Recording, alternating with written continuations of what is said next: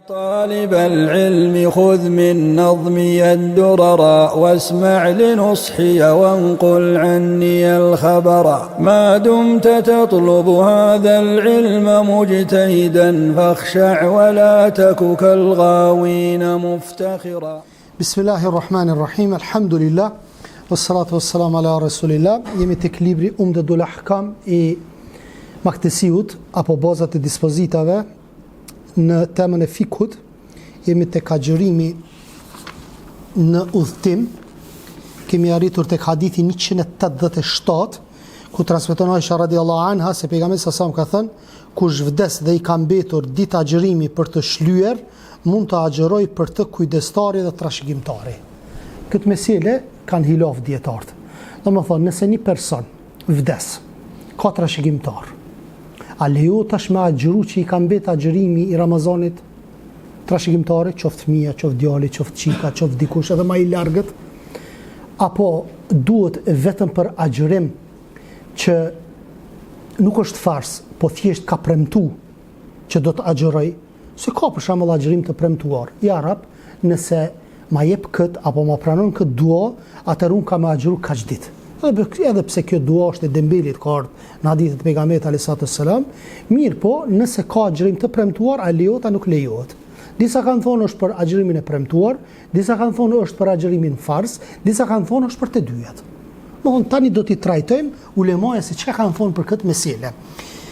Këtë hadith e transmeton Abu Davudi I cili thotë ky hadith vlen veçanërisht nëse personi ka dhënë premtim Allahut që do të agjërojë nëse I realizohet dëshira që do. Më thonë, një pjesë e ulemave thotë vetëm në premtim, jo në fars, vetëm në premtim. Pse se e ka borxh? Ka thonë ko me agjëru, ç't agjërim. Për një punë të caktuar. Kuptimi I përgjithshëm është borxhet e njerëzve duhet lart qofshin ato të lidhura me hakun e Allahut, sikur zakati, agjërimi apo haku I njerëzve si borxh, parash, shlyerja e tyre mund të ndërmarrin kusht trashëgimtarët e të vdekurit. Nëse ti ki borxh dikujt, ke vdek, edhe vjen për shembull borxhliu te shtëpia, edhe thotë më ka borxh babait. Djali duhet me kry. Nëse nuk ka mundësi djali me qenë shteti sheriatik, kush e kryen? Beitul Mal, është buxheti shtetëror. Ai e kryen. Edhe sot për shembull ka një buxhet shtetëror që nëse po e zon bankat bankrotojnë, shteti duhet mi dhon njerëzve atë parë që e ka investuar në bankë. Kështu është ligji, apo sa zbatohet është diçka tjetër, apo njëjta gjë është edhe tek muslimanët që nëse ka borxh një person, fëmia duhet me e dhon atë borxh, duhet me ia kthy, sepse është hak dhe borxhi nuk lahet tek Allahu subhanahu wa taala në ditën e gjykimit përveç se ti merr vetëm veprat e mira. Ditën e gjykimit s'ka me la borxh. Ti merr veprat e mira edhe ti kthen gjunahet. Nëse ka peshore, është e drejtë, apo thot Muhamedi alayhi salatu wassalam, kush vdes dhe I mbetet ditë agjërimi për të shlyer, mund të agjëroj për të trashëgimtari, tash hadithi tjetër. Për agjërimin e detyruar, tash po thot, apo çka përfitojmë nga ky hadith? Aparenca apo pamja jashtë me hadithit le të kuptosh që shlyerja ditëve të agjërimit për të vdekurin është wajib, është obligim. Shlyerja e atij që s'ka mujt me agjëru dhe ka vdek, e ka wajib me agjëru djali vet apo kush do prej të afërmëve të vet. Thot qofshin ato përmbushje premtimi, qofshin obligimi fetar. Domethënë dy aspekte. Ose Ramazanin me agjëru, e ka bon jetë me agjëru, apo edhe ka vdek. Atëherë merr përgjegjësinë fëmia I vet dhe agjeron. Tek premtimi, po se po, e ka premtu që do të agjeroj. Agjërimi e merr përsipër, agjërimin e merr përsipër trashëgimtari I cili përfiton nga trashëgimia e të vdekurit, ai e ka detyrë t'ia shlyejë borxhet që kanë lidhje me hakun e Allahut subhanahu wa taala. Tash mendimet e dietarëve. A shlyhet agjërimi për të vdekurin? Plot mendime të ndryshme. Vazhdin na po I cekim mendimet. Ju jeni nxënësdije bashkë me mua dhe unë nxënësdije që e kërkojmë dijen, edhe duhet me bo sabër kur na I përmendim fjalët e ulemave edhe ihtilafin mesin e dietarëve. Për shembull e keni librin e përkthyer Fiqh us-Sunne, 3 vëllime është. Me marrë me lexu ato, Ti vesh thush, o sheh, çfarë mendimi ti ki? Më thonë, që shumë jep mendime, me thebi Shafi kështu, me thebi Hanefi, me thebi Ambeli, me thebi Maliki, filon Sabi, filon Tabini, filon... Duhet me po sabër e sabër. Për atë arsye, kërkimi dijes është sabri. Nëse s'ki sabër, 1 orë, gjysore, më ullë, me ngut ders, kur s'un kemi përfitu dije, vllaja? Kur heq? Me 5 minuta nuk o dije. Me fetfa nuk o dije. E lexon për shembull një fetva aty, 2-3 reshta, edhe unë e po di. Ti lexon që ato, pa disa mendime tjera ka që i kundërshtojnë çat mendim. Nuk mundesh me këmbgul në atë mendim. Andaj duhet me pas sabër në kërkimin e dijes dhe dija merret vllazni, mu ult te dietarët dhe te hoxhallarët dhe kur fillon hoxha apo dietari prej kapitullit të parë të librit, prej ujnave kur të fillon, deri në fund atje te veprimet penale të fikut. Që kjo është zhvillimi i parë i librit që edhe pak po përfundojmë, diku 400 faqe libër. Jemi tu e sfjegu. Tash si ta kryjmë, edhe 20 faqe i kemi, do të dalim tek vëllimi i dytë. Po ashtu 400 faqe tjera i ka. Lumë për ato që prej fillimit i ka, domethënë, i ka përcjell këto ligjërata, apo. Thot, mendimet e dietarëve ndahen në 3 lloje. Nuk lejohet thot absolutisht as për përmbushje premtimi, as për shlyerje obligimi fetar. Kjo është një prej mendimeve, thot asnjëra hicban. As për Ramazan, as për prendim. Thot, këtë mendim e ka Ebu Hanifja, Maliku, Shafiu, ala me dietar, 3 mëdhëbe. Ebu Hanife, Maliku, Shafiu, hicban me agjëru. As premtim, po as nëse nuk ka agjëru Ramazanin. Agjërohet pika 2. Agjërohet për përmbushje premtimi dhe jo për obligime tash. Pse? Sepse nuk ka përgjegjësi për Ramazanin, se e ka zonë deka. Mirë, po përgjegjësia është e premtimit, se ka premtu. Nëse premton, borxhi i Allahut është më meritor me ia kthy, apo me një aspekt. Thot çka që ka urdhëruar sheriati në origjinë, dhe jo për obligimin që e ka urdhëruar sheriati. Thot, kjo është medhebi Imam Ahmedit, Ebu Ubejdes, Lejthit, Isakut, e mbështet edhe Ibn Qayyimi. Domethënë çka?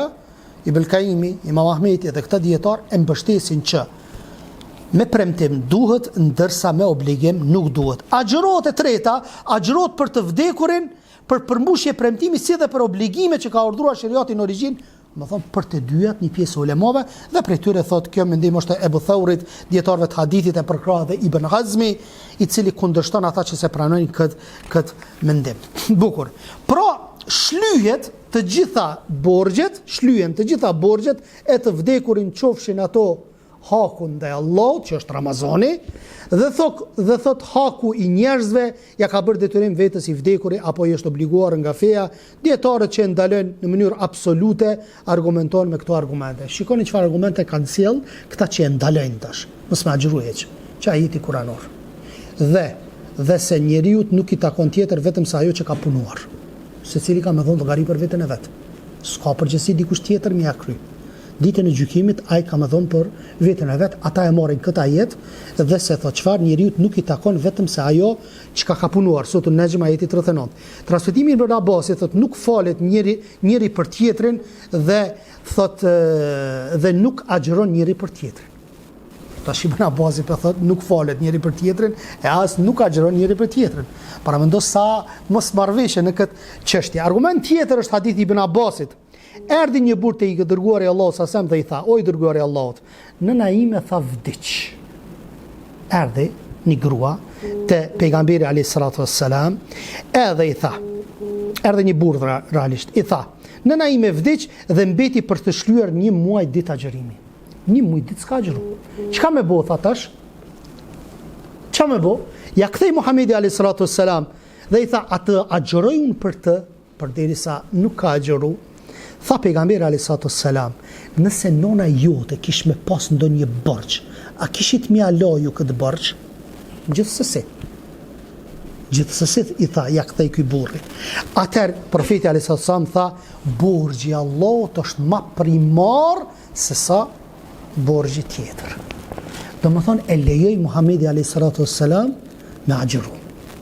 Që është argumenti i prirë që lejohet me agjëru trashëgimtari, fëmia, djali apo çika.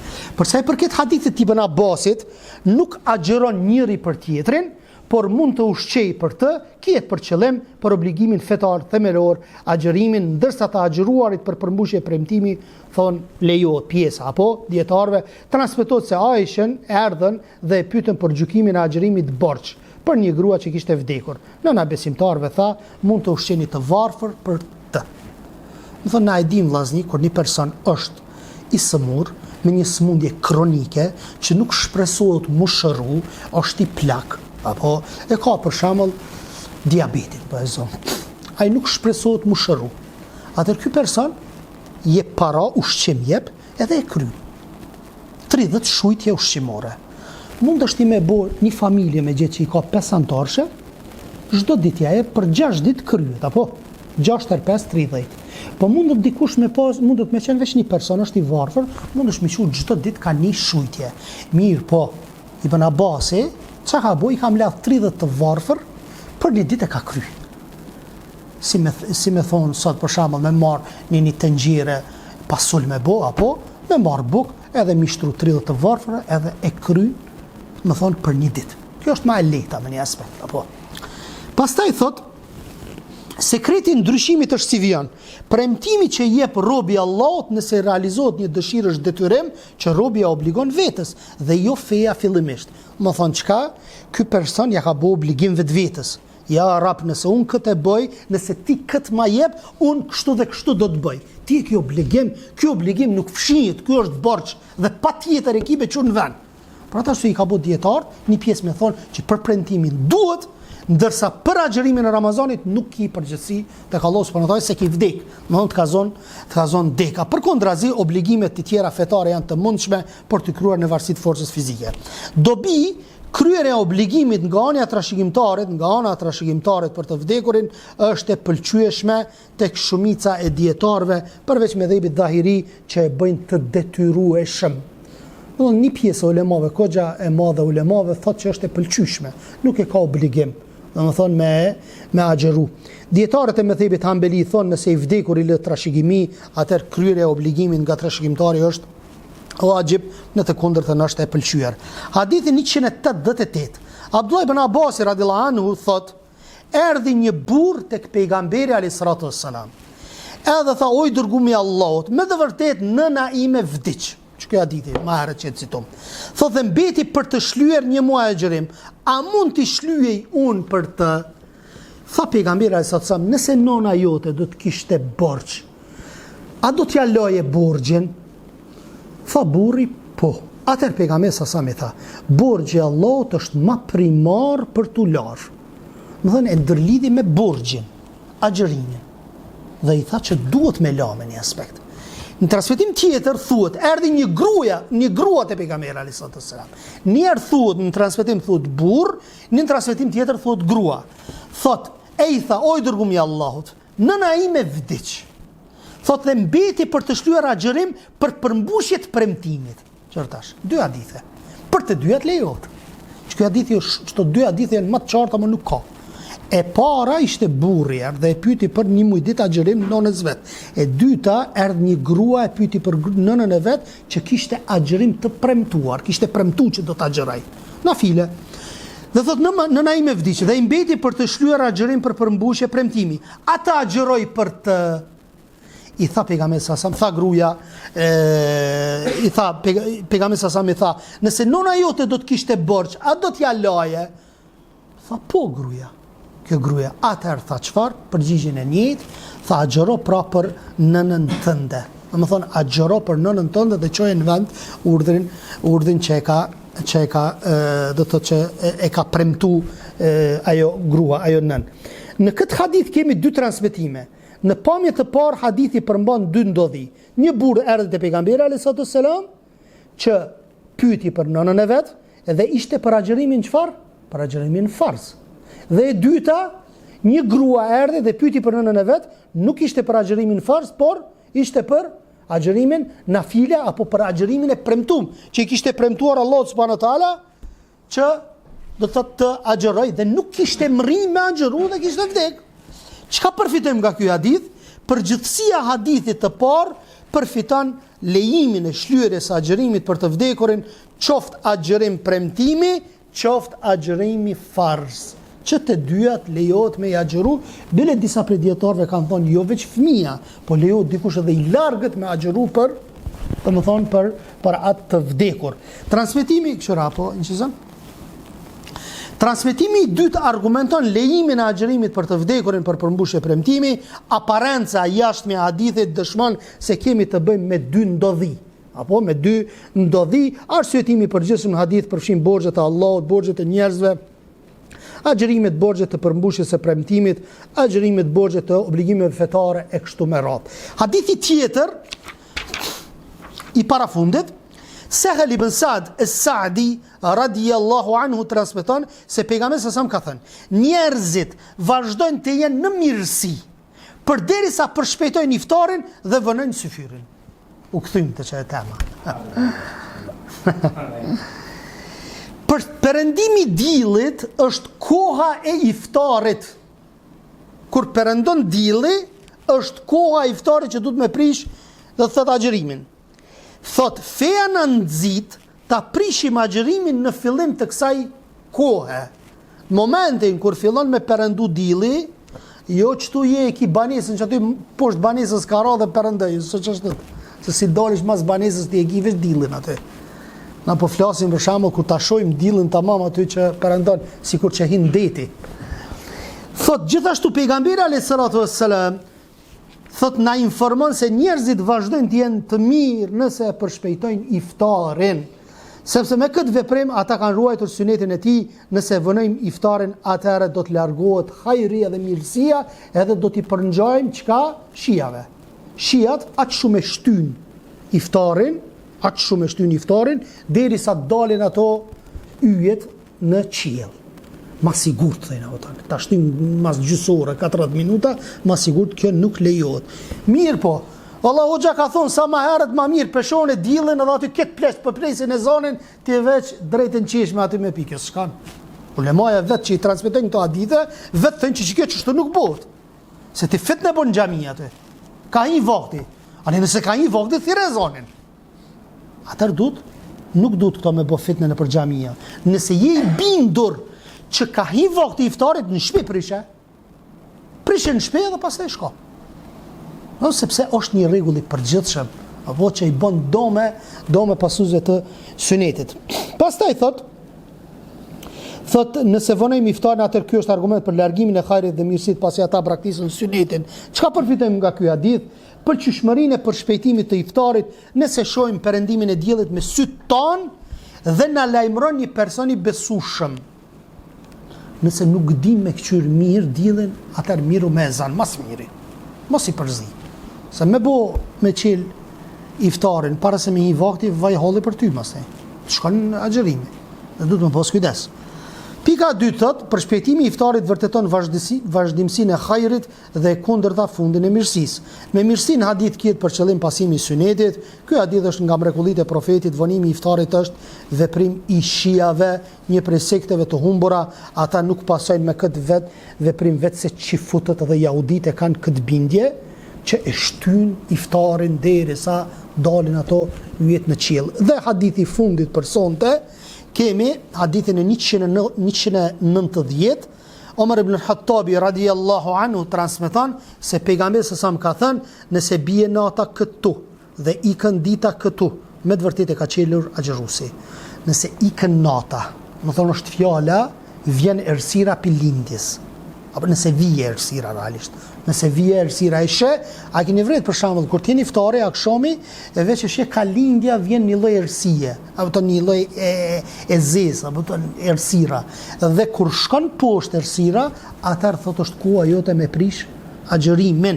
Do thotë dita këtu me të vërtetë ka qelur ikën dita realisht. Domethënë vjen errësira prej lindjes dhe dita veç ka ra. Është hequr dita, atëherë është koha e prishjes agjërimit. Kuptimi i përgjithshëm i hadithit thotë e kemi përmendur më parë vaktin e agjërimit nga agimi deri në perëndim të diellit. Pejgamberi sa e mësoi ummetin që kur të bjerë nata dhe të përfundojë dita, atëherë ka hyrë vakti i iftarit dhe prishet agjërimi. Çka përfitojmë nga ky hadith? Për çëshmërinë e përshpejtimit të iftarit.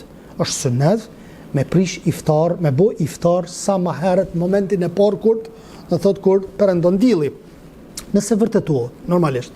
Duhet patjetër të bjerë nata e cila shoqërohet me ikjen e ditës. Veçërsira nga ana perëndimit në prezencën e diellit nuk do të thotë që ra nata. Nuk duhet me shiku diellin apo perëndon. Nëse është dielli hala pa perëndu, nuk bën horizont, do të thonë ajo rrethi diellit, nëse nuk fillon me perëndu është problem. Duhet me pas kujdes këto. Pra nata dhe dita janë të bashklidhura njëra me tjetrën. Anej nata, errësira vjen prej lindjes dhe knej poshtë veç dita ka perënduar në një aspekt. Fjala pejgamberit alayhisalatu wassalam e ka qelur agjërusi përmend dy kuptime. Agjërusi e ka qelur agjërimin sipas ligjit fetar me futjen e kohës së iftarit, edhe sikur mos të haj iftar. Domethënë u krymo puna, ti si je agjërushëm në një aspekt, se ka hi vakti i iftarit apo akşamit. Nxitja për përshpejtimin e iftarit në disa hadithe vjen për ta zbatuar vërtet në mënyrë që të akordohet me domethënien fetare, dhe e dyta, koha e iftarit ka hyrë dhe nxitja për shpejtimin e iftarit këtu është më primare, sepse pejgamberi sa thot vetë se ka hyrë iftari, me të vërtet ka hyrë koha e iftarit, dhe për fund e kemi në këto dy kuptime bazohet gjykimi i agjërimit të vazhdueshëm pa ngrënë iftar. Nëse themi që e qel agjërusi do të thotë e qeli ligjërisht, sepse ka himo vakti dhe në takimin e radhës me agjërimi më i mirë. Cili është agjërimi më i mirë? Subhanaka Allahumma wa bihamdik, ashhadu an la ilaha illa ant, astaghfiruka wa atubu ilaik. Allahu ju shpërblet.